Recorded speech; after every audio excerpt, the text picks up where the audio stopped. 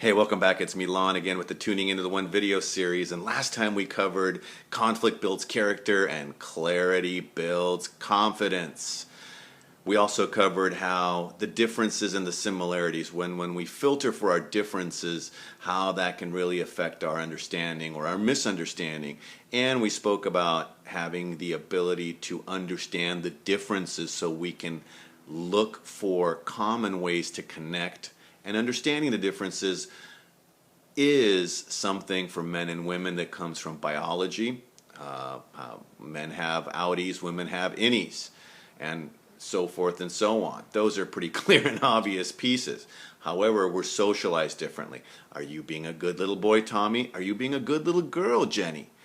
And especially in our post-industrial Western world, those two things, along with our evolution to learn and understand energy streams, that we are 100% energy, quantum physics, Albert Einstein, E equals mc squared. We have learned that our bodies are 100% chemistry and 100% energy, and how those things are impacting our ability to communicate, to connect, and to effectively communicate verbally and non-verbally. So as 100% energy streams, we've learned about the differences between yin and yang and how those two are complementary opposites that when they are in harmony breed peace, love, understanding. When they're not in harmony and they're in disunion, then that can lead to conflict. In relationships, the obvious one is where you have both people in the same energy polarity. Both are yin and yin, or both are yang and yang. Then you have two trains on the same track, and eventually that can lead to collisions and derailments. How do you keep your trains on track? Well, you learn to balance out the yin and the yang. What does that mean? Well, yin is primarily more of the feminine yoke as far as how it's identified, and with that comes certain things: being vulnerable, being passive, being soft and gentle. Yang, powerful, conquering, domineering, not really very passive, extremely active. So those are just some characteristics that are given to one or the other side, and learning how to navigate this, because in essence in a relationship you could very well look at it and say there are four people in every relationship. On the one hand, if you're the man with the Audi plumbing, you have your yin and your yang. You have your biology that's speaking through your chemistry, your hormones and whatnot. You also have the way you were socialized. Were you a little good boy, Johnny? As well as your energy stream. Are you primarily coming from your yin or your yang energy stream? And how do you balance those out? If you're a gal, a woman, someone who is obviously an innie on the plumbing department, are you socialized in a certain way? Yes. How are men and women socialized differently? The biology is obvious and clear. The socialization is that men, much like being cavemen as far as hunters go, when you look at little boys and how the games that they play and when they're in school and what they're taught, there's a lot of hierarchy, there's a lot of competition, there's a lot of conquering in terms of games. Then on the other side you have more of let's get along, playing with Barbies rather than playing cowboys and Indians, or playing with guns. You have playing with toys that are dolls. And nowadays with Legos and all the many intricate ways, we also have a modern world that's highly androgynous, meaning that the different energy streams, the different normal associations with what it means to be a little boy or what it means to be a little girl, what it means to be a man, grow up, grow a pair. Wow, that guy has some big cojones. And all kinds of different things do enter into the socialization equation. Society is different today than it used to be.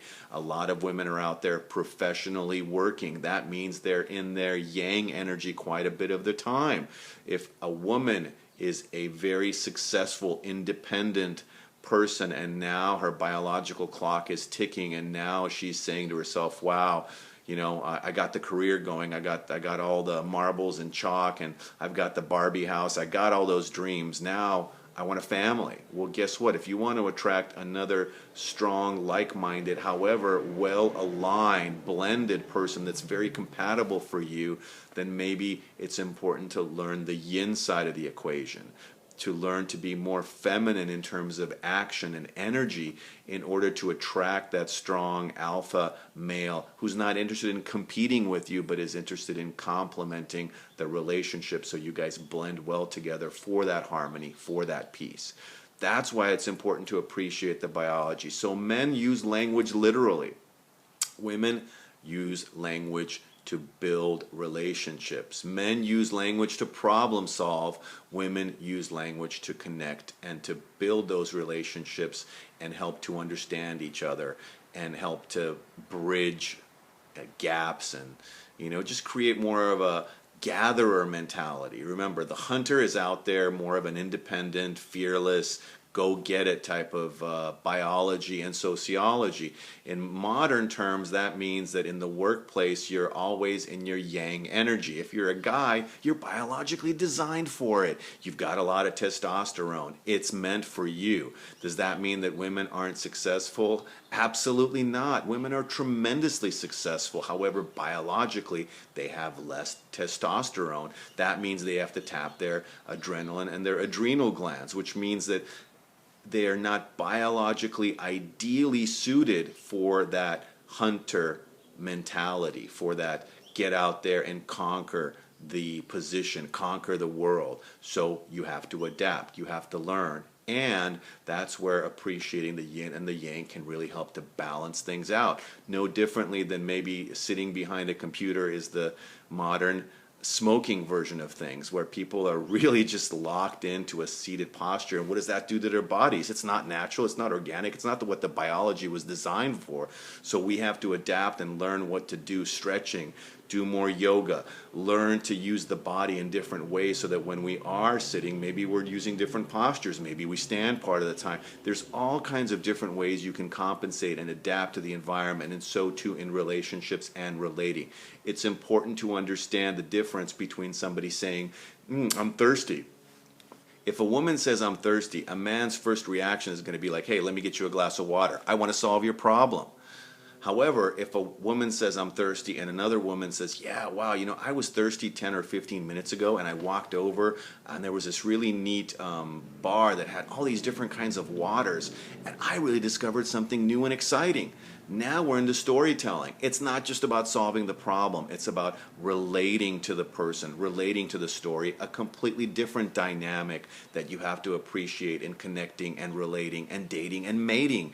And then there's the whole piece, if you're a strong woman, how do you attract a strong man and keep the polarity alive so the chemistry can last beyond a couple of months of the honeymoon? You have to begin to appreciate the differences in the yin and the yang and how to work that together for a complement in relationships. If you're a very sensitive and emotional man, maybe you're more in your yin, and it's better for you to know and appreciate how to do that so you can attract a perfectly complementary partner into your life, and want that by design with intention and insight so that your desires are met and you can say, yes, I did it, I found the ideal partner. Oh, wow, it's great to learn about biology, the differences in how we're socialized, and appreciating and understanding how the energy streams that we come from of yin and yang can really impact what we want to say, how we say it, and what gets heard on the other side for that perfect blend so we can find, attract, and really build that lasting love and magnetize ourselves to our perfect dream partner to be able to start getting those results and attract that person into our life starting in hours and days and weeks, not years, not decades. So until the next time, this is Milan signing off and saying please comment, please subscribe, and please go ahead and get your Soulmate Attraction Blueprint free session. Look below this video if you want to find Mr. Right and you want to find him right now. Now is the time. Click on the Learn More link and you'll be able to book your one-on-one session. Remember, I only do a few of these a week, and pretty soon we are going to change our format, so it's first come, first serve. Until the next time, this is Milan wishing you amazing dating success and relationship mastery, and I say bye for now.